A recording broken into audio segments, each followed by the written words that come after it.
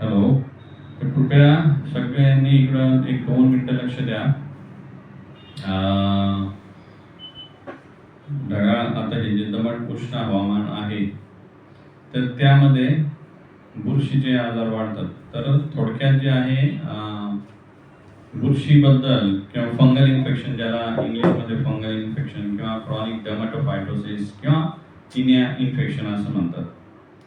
तर साधारणपणे बहुतेकांना माहिती आहे, बरेचसे ग्रामीण भागात आहे. तर बुरशी म्हणजे काय, पिकांना बुरशी लागते, पाऊस पडला, खूप अतिवृष्टी झाली, खूप पाणी झालं पिकांमध्ये किंवा जमिनीत, काही बुरशीची लागण होते. तसंच जे मेन कारण म्हणजे प्रामुख्याने जे काही कारण आहेत ना बुरशीचं संक्रमण होण्यासाठी किंवा बुरशीची लागण होण्यासाठी, तर उष्ण दमट हवामान ज्याच्यामध्ये आपल्याला घाम येतो किंवा घाम येणारे वातावरण किंवा व्यवसाय जिथं खूप घाम येतो असे व्यवसाय, ओले कपडे घातल्याने पावसात आपण भिजतो किंवा कधी कधी काय होतं की या सीझनमध्ये किंवा इतर ऋतूमध्ये देखील कपडे वाळलेले नसल्या कारणाने अंडरगारमेंट्स वगैरे घालण्यात गेलं, तर त्याच्यामध्ये देखील अशा वातावरणामध्ये बुरशीचे जंतू वाढतात.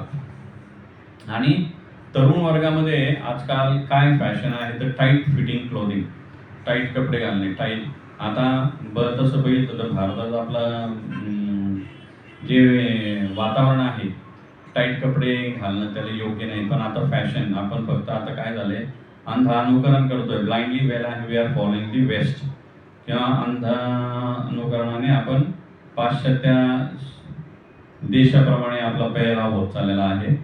पूर्वीचा आपला पेहराव खूप चांगला होता आपल्या संस्कृतीनुसार, पण ठीक आहे आता because of the changing times प्रत्येक आपल्याला आपण ते जीन्स आणि टाईट फिटिंग क्लोथिंग जे वापरले जातात तरुण वर्गामध्ये, त्यांना त्याच्यामुळे त्याची लागण होते आणि हा संसर्गजन्य राहतो. याचे जे स्पोर्ट्स किंवा बारीक अंडी किंवा जंतू जे राहतात ते एकमेकांपासून फॅमिलीमध्ये किंवा common places HDFC bank smart hub व्यापार पर 180 रुपये प्राप्त हुए.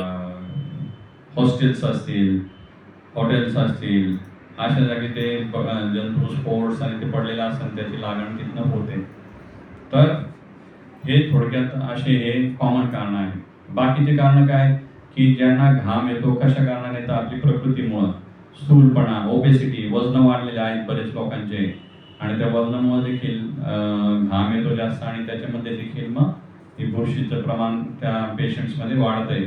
मग याच्यात होतं काय की गोलगोलसट्टीमध्ये टॉप टू बॉटम म्हणजे डोक्यापासून खाली नाकापर्यंत पायाच्या कुठेही बुरशी होऊ शकते. नाकांना होते, डोक्यात होती, चेहऱ्यावर, हातापायावर, प्रामुख्याने जे फोल्ड्स आहेत तिथं तो होतच. जांघेत, कमरेला, बसायच्या जागेवरती, बगलात वगैरे, किंवा स्त्रियांमध्ये छातीवरती, हे कॉमन प्लेसेस आहे.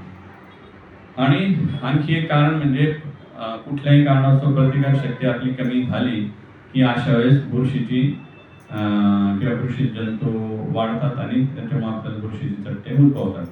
प्रतिकार शक्ती कमी होण्याचे कारण काय आहे तर डायबिटीज किंवा कुणाला क्रॉनिक अँटीबायोटिक थेरपी असेल. काही लोक क्रॉनिकली खूप दीर्घ कालावधीसाठी अँटीबायोटिक्स प्रतिजैविके घेतल्याने देखील प्रतिकार शक्ती कमी होऊन बुरशीचं संक्रमण किंवा बुरशीची लागण होते, बुरशी वाढते.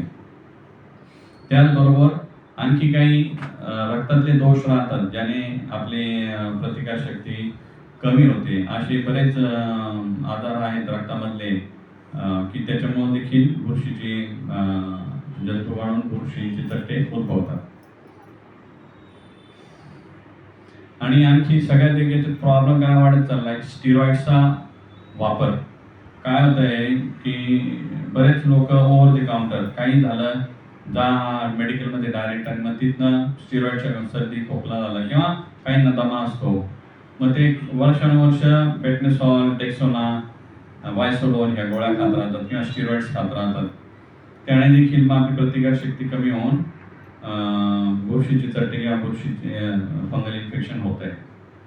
आणि हे आणखी एक प्रॉब्लेम, आणखी याच्यात काय होत आला की खाली येते तर गेले काउंटरवरती मेडिकलमध्ये, इमर्जन्सीमध्ये काय हरकत नाही, ते मसाला क्रीम घेतले आणि लावले 3-4 दिवस, पण महिने लावले जातात. कुठले मसाला क्रीम ज्याच्यात स्टिरॉइड राहतं, अँटी फंगल राहतं, अँटी बॅक्टेरियल राहतं, अँटी इन्फ्लेमेटरी राहतात, असे बरेच 4-5 औषधांचं एकत्रित करून मसाला क्रीम्स राहतात ते वापरण्यात सर्रास त्याचा गैरवापर चालला आहे.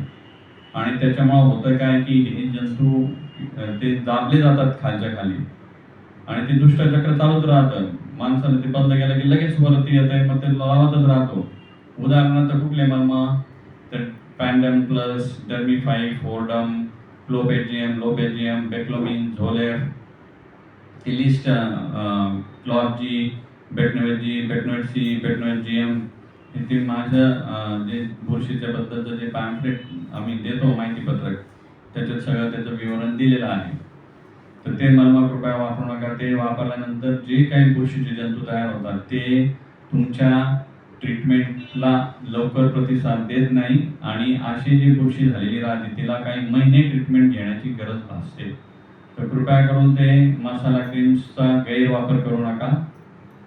इमर्जन्सी सिच्युएशनमध्ये तुम्हाला कुठं वैद्यकीय सल्ला किंवा डॉक्टर उपलब्ध नाही अशा वेळेस तुम्ही 3-4 दिवस ठीक आहे मे बी यू कॅन वापरा, पण ते हफ्ते महिने वापरत राहिले की सगळा म्हणजे तो प्रॉब्लेम वाढून जातो असा की जसं एखाद्या शेतात काँग्रेसचं गवत वाढलंय ते काँग्रेस समूळ उपटून फेकून देण्याऐवजी आपण काय करतोय ते काँग्रेसच्या गवतावरती फक्त रोलर फिरवत बसणे.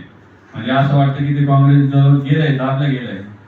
तर तसं होतं का? मग दाबलेल्या गवतावरती पाणी जर गेलं त्या जमिनीत तर त्याच्यात डबल ट्रिपल तिथं काँग्रेस गवत उठतं. तशीच हे गंमत आहे. हे मलमा वापरून तुम्ही काय करता की ते दाबून टाकतात जंतू फक्त आणि त्याचा इफेक्ट किंवा ते बंद केलं की त्याचा डबल ट्रिपल चौपट तो त्याचं संक्रमण किंवा त्याचा अटॅक वाढतो. आणि मग ही जी बुरशी आहे ती मल्टी ड्रग रेजिस्टंट राहते. लवकर साध्या बुरशीनाशकांना दाद देत नाही. मग तुम्हाला मल्टिपल स्ट्रॉंग औषधे घेण्याची गरज येते आणि खूप जास्त कालावधीसाठी उपचार करायला लागतात. आणि बुरशीसाठी कोणतीही लस उपलब्ध नाही आज बाजारात. प्रत्येकाला वाटतं की जादू सारखं आपल्याला डॉक्टरांनी इंजेक्शन द्यावे आणि जादू करावे. नो, तसं नाहीये. मग तुमच्या प्रकारानुसार आणि तुमच्या प्रतिकार शक्तीनुसार तुमची बुरशी किती आहे, त्याचं प्रमाण किती आहे आणि तुमच्या प्रतिकार शक्तीवरती अवलंबून राहतं की तुम्हाला किती दिवस ट्रीटमेंट लागेल. काही ना काही हफ्ते तर काही ना काही महिने देखील ट्रीटमेंट घ्यायला लागू शकते.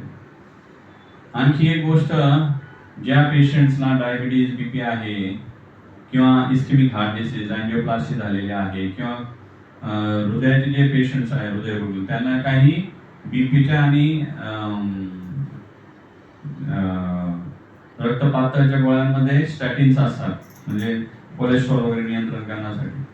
त्याच्याबरोबर काही औषधं आपल्याला बुरशीचे देता येत नाही. मग काही बीपीच्या गोळ्या ज्या आहेत समजा उदाहरणार्थ अँग्लोडिपिन वगैरे त्याच्याबरोबर चालत नाहीये.